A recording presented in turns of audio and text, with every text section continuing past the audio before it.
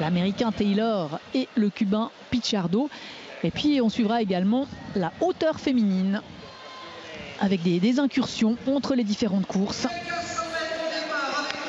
Et pour confirmer le fait que ici à Monaco c'est bel et bien la Mecque du demi-fond, eh bien on a prévu un 1500 mètres masculin qui n'est pas Ligue de Diamant.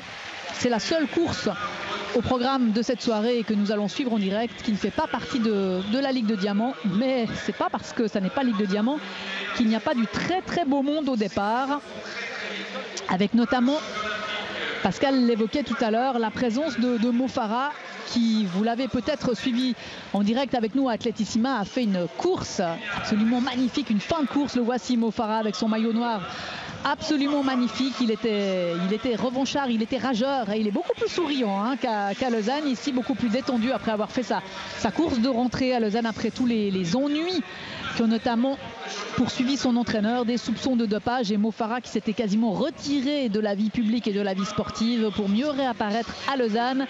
Et les principaux opposants à Mo Farah, eh bien il y a du très beau monde. Il y a le champion olympique Taoufik Makhloufi, l'Algérien, que l'on a aperçu en gros plan. Il y a également Asbel Kiprop. Il a gagné ici en 2012 et en 2013. Kiprop, c'est un habitué de Monaco, c'est un habitué des excellents chronos et c'est le champion olympique de 2008, Asbel Kiprop. Et ça, c'est pour les principaux contestataires de Mo Farah. Mais il y aura peut-être d'autres surprises dans ce 1500 mètres. C'est un peu la question de savoir qui va descendre aujourd'hui en dessous des 3 minutes 30. Ouais, c'est clairement l'objectif avec ce qu'on a demandé aux meneurs d'allure de réaliser. Andro Rotic et Jackson Kivuva. On va être assez vite fixé sur le tempo si ça fonctionne. 54 secondes normalement aux 400 mètres et surtout 1,50 aux 800 mètres et 2,17 aux 1000 mètres. Et c'est Kiprop qui tout de suite lui a pris, s'est calé derrière les meneurs d'allure. Il y a un petit écart et Mo Farah lui est en deuxième position, enfin quatrième si on compte les deux lièvres qui vont normalement s'écarter. Il y a Biwott également dont on n'a pas parlé tout à l'heure, mais Biwott peut-être également. Robert Biwott, 22 ans, un homme pour la victoire. Le Kenyan. Et ça va très très vite. Regardez, ces concurrents, ils sont complètement étirés. Il n'y a pas du tout de peloton. Et il y a déjà, on est en file indienne et encore, tout le monde tire la langue là. Et pour l'instant, Mo Farah laisse quand même toujours à peu près la même distance là derrière Kiprop. Il n'a pas l'air de trop s'inquiéter. Et on devrait aller très très vite ici parce que Monaco est vraiment propice à de bons chronos sur 1500 mètres. C'est bien la raison pour laquelle on a monté ce 1500 mètres, même s'il ne fait pas partie de la Ligue de Diamant. Kiprop, Mo Farah, Biwott, Makhloufi, ils sont tous là, ils sont tous aux avant-postes, les favoris. Ouais, mais avec cet écart là de 4-5 mètres laissé par Mo Farah, ça va être compliqué. Le premier lièvre s'écarte. Voilà, exactement. On est passé en 1,50 pile. C'est parfait. Et toujours dans la virement, il tient bien la foulée du lièvre. Ouais, l'écart augmente sensiblement.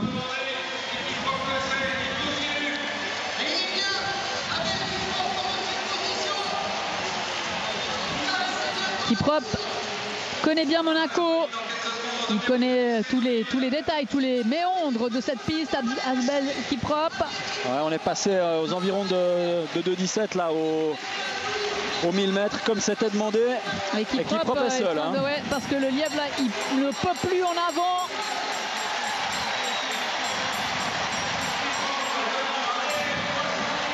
Et on est à la cloche.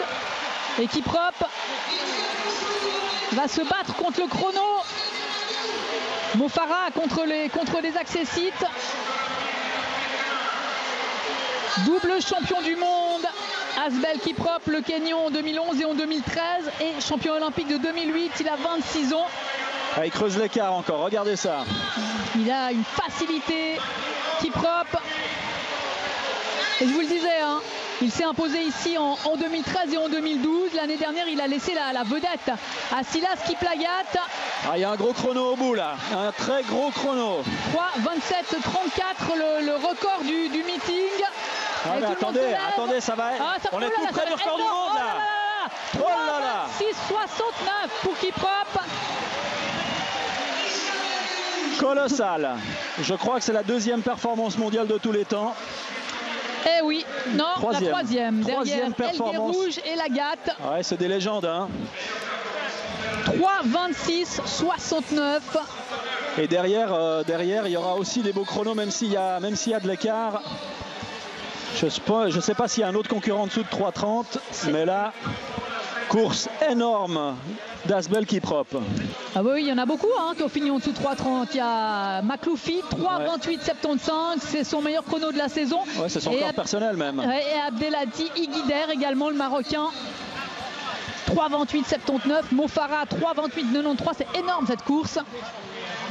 Regardez les deux, l'Algérien et le Marocain, là, Makloufi et Iguider. Et Makloufi, le champion olympique, a trouvé à qui parler ce soir avec Asbel Kiprop.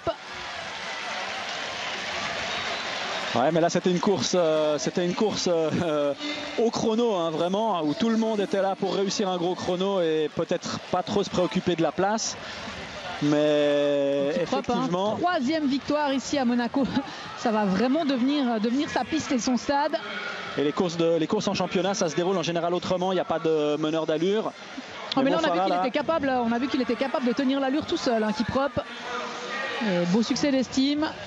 Mo Farah, évidemment, ça n'est pas sa distance principale. Ouais, mais quand on court moins de 3,29, c'est déjà la deuxième fois que Mo Farah court ici, moins de 3,29. Il y a 2 ans déjà, sauf erreur. Et on voit là, sur la fin de course, Mo Farah, il essaye d'attaquer Makloufi et Iguider. Ça passe juste pas. Ils ont bien résisté les deux, le Marocain et l'Algérien. Mais Kiprop, regardez comme il est facile. Asbel Kiprop, et il a même eu le temps de sourire. Et ils sont 6 en dessous de 3 minutes 30. Et qui réussissent tous leur meilleur chrono personnel. Il y a même un record d'Océanie pour Nick Willis, le néo-zélandais, 3,29,66. Et que ce soit Manangoy, Elia, le Kenyan, Robert Biwott, Aman Wote, Colin Shepboy. Eux, ils sont au-dessus des 3,30, mais ils réussissent leur meilleur chrono de la saison, leur meilleur chrono personnel également. Une course absolument magique, ce 1500 mètres. C'est étonnant parce que on cherche des explications. Comment ça se fait que Monaco, systématiquement, sur ce 1500 mètres, on arrive à des chronos pareils et surtout à cette densité. Regardez. Avec 3,30-10, vous êtes 7e. Je pense que Robert Biwott, ce soir, quand il va se coucher, il va avoir de la peine à y croire quand même. Parce que quand vous courez 3,30, normalement, vous gagnez. 3,30-10.